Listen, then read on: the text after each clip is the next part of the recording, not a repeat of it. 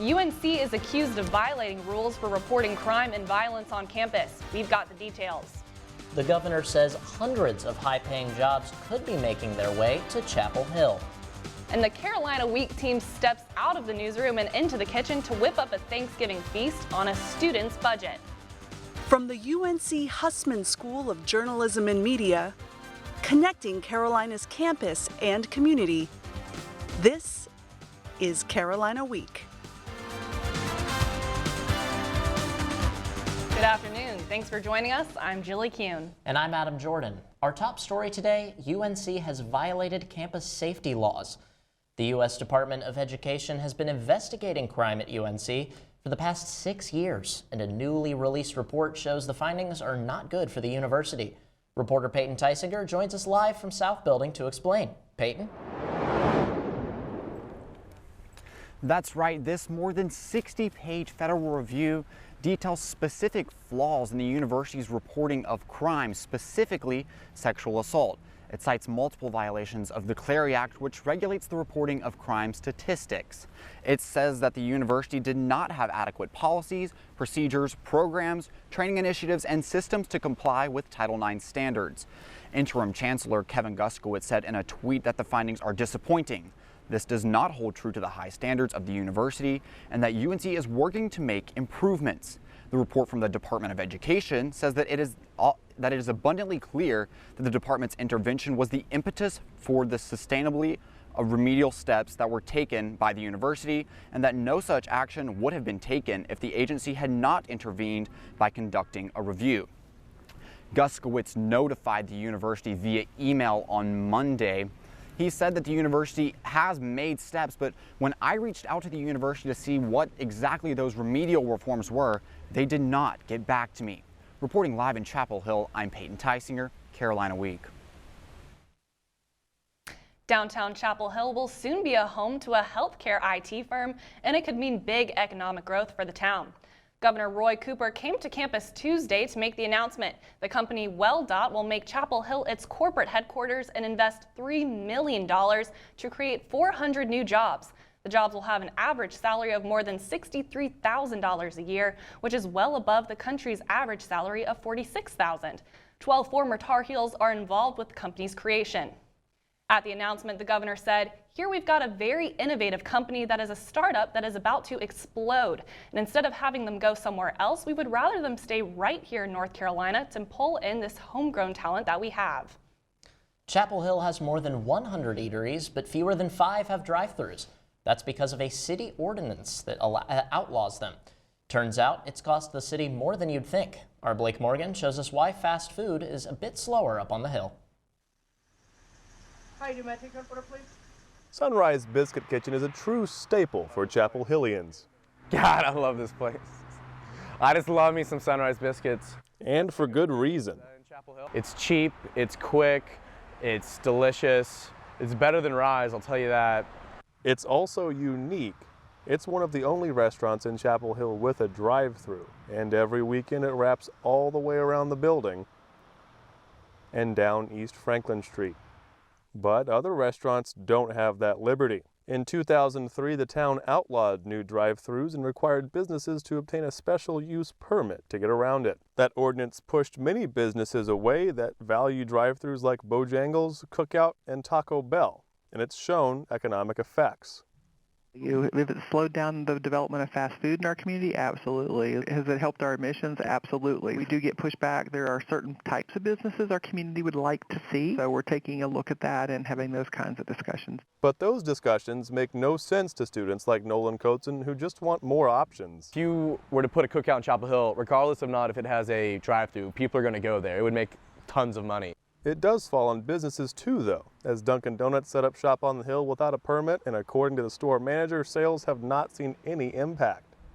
Coatzen thinks that there's no reason it wouldn't work even with the restriction. Chapel Hill, it's such a walking campus. It's not going to make or break any business on Franklin Street, because as of now, none of them have drive-thrus, so why would it make a difference? While the ordinance is here to stay, new restaurants aren't backing down, as 2 more are set to open before the end of the year. Reporting in Chapel Hill, Blake Morgan, Carolina Week. Chapel Hill isn't the only place with a drive-through ban. Many other cities and towns across the country are in agreement. Just this August, Minneapolis banned the construction of any new drive-thrus in the city. 6 UNC students are homeless after a massive tree fell onto their home. Workers continue to clean up the scene at this home on Pritchard Street in Chapel Hill, where a huge tree fell onto the roof over the weekend. No one was home at the time, but the 6 students who live here are currently couch surfing and don't think they'll be able to find somewhere permanent to live before the end of the semester. It's been really stressful. I mean, I think for the rest of the semester, there's going to be nothing permanent that we can find, and the next semester it's, getting back on websites and trying to find a place that we can all get last minute. So it's been a really stressful process. The gas, water, and electricity will remain turned off until the home repairs are completed. UNC is known for its innovative research. And it's the faculty that make it all happen. Reporter Natasha Lagur introduces us to one scientist whose work is improving women's health and introducing research science to incoming students along the way. Dr. Hector Franco is being recognized for his breast cancer research at UNC. He says he's determined to fight the disease by finding a better drug. My hope is to help contribute at least a little bit to improving the lives of women with cancer. As a Puerto Rican scientist, Franco gives back to his community not only through his research, but also as a role model. Franco helps other Hispanic and students who are interested in science. I try to help out as much as I can with minority scientists, underrepresented minorities, as well as, graduate students in my lab from any background. In his lab, Franco researched tumors, comparing normal cells to cancer cells and identifying the differences. Over the summer, Franco also brings students from Puerto Rico to UNC for the opportunity to perform research with him. We've done quite a bit of work since joining, and it's only getting better from here. Franco's team recently received $500,000 from the Susan J. Komen Foundation to continue his research. In Chapel Hill, I'm Natasha Lagur, Carolina Week. It's always great to see the diverse talent we have on campus. Thanks, Natasha, for that report. Now, okay, Jilly, a lot of people are complaining about how cold it is outside. I know that even though I don't mind the cold, I feel like I got cheated out of fall weather. I know, we went straight from summer and right to winter. Let's go ahead and take a live look outside now. What will the weather look like as we go into Thanksgiving break? Our full forecast is coming up next. What would happen if I had to pick up the phone, call 911 for one of my family members or one of my neighbors? What would I do if no one was on the other end to respond? What if there was no 911? So you can be a part of the solution. Anybody can be a firefighter, male, female, younger, older. We have school teachers, we have leaders in business. It's me, you, anyone that wants to be. There is no typical firefighter. Meet Blue. Blue's not feeling well. The prescription? Generic medication. Blue wonders, do they really work as well as name brands? Yes, generics and name brand medications do work the same. Even though they may look different, generics have the same key ingredients. FDA approval is equally rigorous for generics to make sure they're as safe and effective as name brands. And Blue even saves some green, making him a little less, well, blue. Talk to your doctor about generics and visit fda.gov/generic drugs.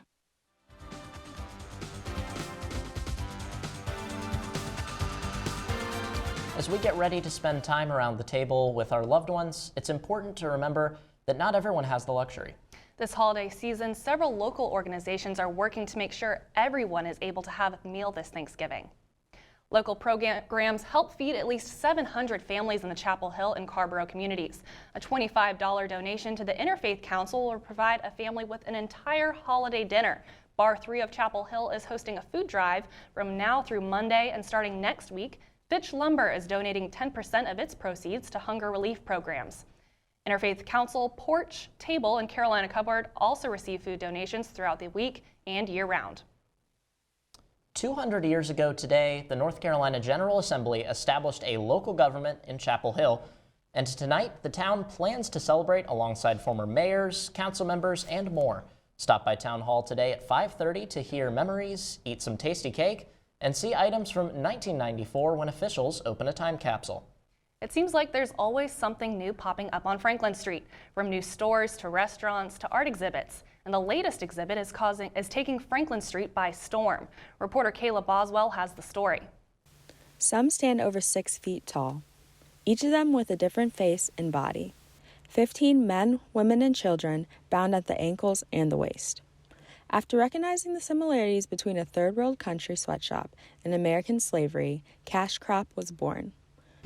The creator, Stephen Hayes, made the exhibit in 2010, and it has been traveling the country ever since. Cash Crop is 15 life-size statues that are all chained to a pallet. The pallet represents today and how we outsource our goods from these sweatshops in third world countries. The exhibit consists of 3 separate pieces. The first is a large woodcut tapestry called Tradition. The second is called Gluttony. Each block is a carving of a slave ship. Hayes wanted to recreate a modern-day sweatshop, so he locked himself in his room and worked day and night to produce these pieces. The third are the 15 statues that Hayes built from scratch. Those are all made out of cement. So all the bodies are made out of cement. The whole ship itself is made out of wood and steel.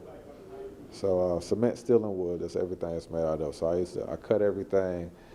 I made the molds for everything. I carved everything. I learned how to blacksmith, so I made all the chains. The shackles that are all around the wrists are from off the railroads, and it's also talking about the transport of goods from one place to another. Hayes' brother, Spence King, has traveled around the country with this exhibit for the last 9 years and has seen the emotions Cash Crop brings out of people. And I tell people they get emotional and stuff, but it's good because we live in a we world, not a me world, and it's only one race, the human race. And it can bring you closer together and to be a better person going forward. This year marks the 400th anniversary of American slavery. And while it's easy to say how far we've come, we can't forget how far we still have to go.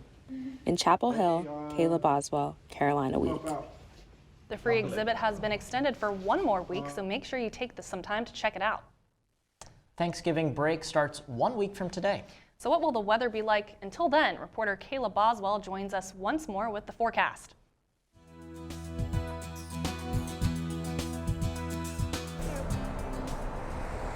Hey Yules, if you guys have been outside this week, you've probably noticed how much warmer it seems, and that's because it is. We're finally getting a break from the winter weather, so let's take a look at our 5-day forecast. Today's going to be a beautiful sunny day with a high of 59.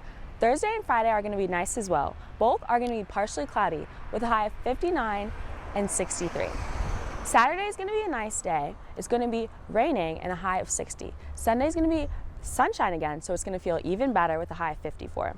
Thursday, Friday, and Saturday, the lows are going to be in the mid-40s, and Sunday is going to be the mid-30s. So get out and enjoy this nice sunny week while you guys can. Back to you guys in the studio. Thanks, Kayla. Thanksgiving brings everyone together.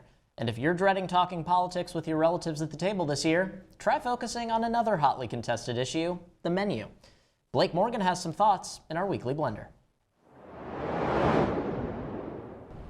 Thanksgiving is right around the corner, and here at Carolina Week, we jump at any excuse to congregate and consume, but the age-old American tradition isn't your typical Sunday brunch. Got some specific dishes that are hotly contested. At dinner, don't talk politics, talk turkey. A recent poll of 1,500 respondents found that turkey was entirely nonpartisan. Both Democrats and Republicans strongly prefer white meat, 42%, 32 liked both, and 17 were dark meat supporters. That's something to unite the country and your family gatherings. And obviously, turkey is atop the list of favorite dishes. Let's talk least favorites. On a recent Gallup poll, cranberry sauce was voted America's least favorite dish at 21%. Fitting in my book, but yams were second on that list, and that really rattled the newsroom, as who doesn't love sweet potatoes? Lastly, let's look at this map. It's the debate over whether to call it stuffing or dressing. Now, I've always heard it as stuffing, but I've heard both. In North Carolina, it seems like it's stuffing, but there's certainly debate on both sides. It seems like the Deep South calls it dressing more so, but no matter what you call it, I'm sure it tastes just as good. You guys hungry? I'm very hungry, and I am hungry for sweet potatoes. My mom is one of those people that doesn't like sweet potatoes, but she's nice enough to indulge everybody in the family who does and makes a great casserole. So nice. I don't like sweet potatoes either. I like just your plain old regular mashed potatoes. I don't know. Silly. Simple like that. Well, I hear you guys might have a treat later on. No sweet potatoes, but some CW reporters might have cooked up some Thanksgiving favorites. That's your Weekly Blender. Coming up, another natty in the works? Stay tuned. Sports is next.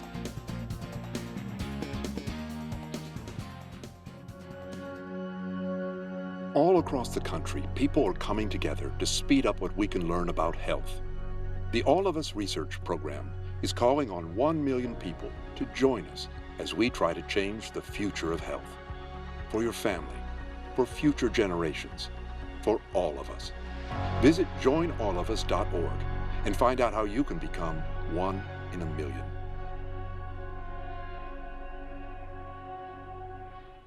What would happen if I had to pick up the phone, call 911 for one of my family members or one of my neighbors? What would I do if no one was on the other end to respond? What if there was no 911? So you can be a part of the solution. Anybody can be a firefighter. Male, female, younger, older. We have school teachers. We have leaders in business. Is me, you, anyone that wants to be. There is no typical firefighter.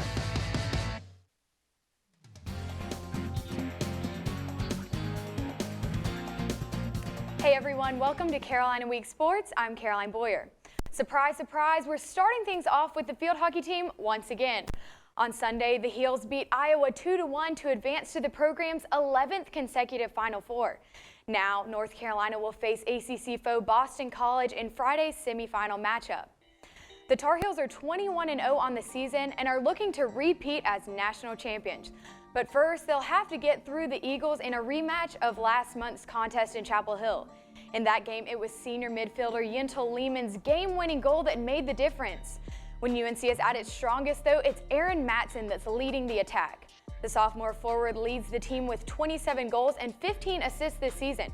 Just look at her go, scoring the final goal of the Tar Heels' 4-0 first-round shutout of Stanford.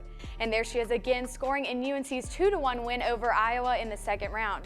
If the Tar Heels hope to keep celebrating a perfect season and bring another NCAA title back to Chapel Hill, Matson will have to continue to lead the way. The UNC women's soccer team continues to bring the energy during the NCAA tournament. After Saturday's landslide win against Belmont, UNC advanced to the second round of the NCAA tournament. Alessia Russo proved yet again why she is such an offensive threat for the Heels, putting up 2 goals. In the next round, Carolina will need to continue their combined tactics of offense and defense to advance in the tournament. The Heels hope to gain another dub as they take on Colorado here in Chapel Hill on Friday night. If all goes as planned, Carolina would advance to the tournament quarterfinal Sunday. And don't forget that the men's basketball team takes on Elon tonight in the Dean Dome. Bring your donations to help the Bahamas relief effort. That's all for sports. Back to you guys. Thanks, Caroline. Okay, Adam, serious question. How excited are you for Thanksgiving? I could not be more excited for Thanksgiving. I've already got my stretchy pants ready. I heard Dr. Owens was going to let us out of class early on Tuesday, maybe let us go home a little earlier. That'd be nice. I don't know. But I'm excited to say we've got a Carolina Week first for everybody. Our crew has taken to the kitchen to show you how to whip up some fabulous Thanksgiving dishes on a student budget. Whether you're traveling home for Thanksgiving or staying here in good old Chapel Hill for a Friendsgiving, cooking in the kitchen is one of the best parts of Thanksgiving. We all threw in about $10 a piece, and you guys are not ready to see what we're about to cook in the kitchen.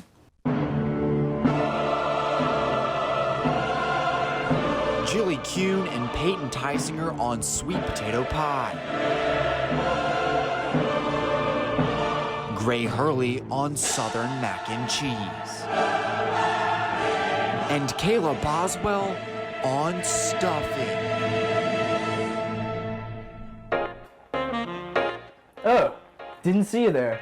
Today I'm going to be making some Southern mac and cheese. It's a very delicious dish. First, of course, you'll need to boil your noodles. Then, add in your cheese sauce. Sprinkle some more cheese on top and throw it in the oven. And there you have it, Southern mac and cheese. If you guys want to know how to make some real Thanksgiving food, make sure to check out my recipe for some stuffing. I got some bread, some apples, and some celery, and this is about to be the best part yet. The first thing I did to make my delicious stuffing was cut up some bread into small pieces. After that, I cut up some onions, some garlic, some celery, and some apples. I combined everything into a pan and baked it at 350 degrees for about 20 minutes. Ring, ring, ring, ring, ring, ring, ring, ring. Hello? Peyton, I heard we're making a sweet potato pie. No, we're making a chai spice sweet potato pie. And it's vegan. Your base, obviously, is sweet potato. You throw in some spices to give it that chai effect. You throw in the coconut milk, it adds a little sweetness, and then you sweeten it up a little more with some maple syrup. Then you bake it in the oven at 400 degrees for 45 minutes, and voila, chai spice sweet potato pie. And that's how you do Friendsgiving. We actually have some of that food that we prepared last night Chef in Gray. studio for us to try. Chef Gray, what do we have here, Gray? Well, we have some delicious Southern mac and cheese, and we also Mac and have cheese. a dressing for you. Enjoy. All right, so here's the mac and cheese. Here's the stuffing. I'll try the stuffing. Gray, I'm going to try your mac and cheese first, because Gray, I saw you put a lot of work into this. Good? This is actually, I'm not going to lie, my expectations Pretty low. were low. Just because it's Gray. Really good. But this is really good. And also, if you notice, there were 2 pies in that little package there. One of them we ate already. Gray also has a show pie. We have a show pie. Here, put that. Elizabeth, can you show that? Beautiful. Get in tight on that. That is. Look at that. That is beautiful. That is Peyton, who was just out live, and Jilly. All right, well, we're gonna Pastry chef go on extraordinaire. and go cut up some of this pie. Okay. But thanks for joining us as always on Carolina Week. This is the most fun I've ever had. We'll see you next time.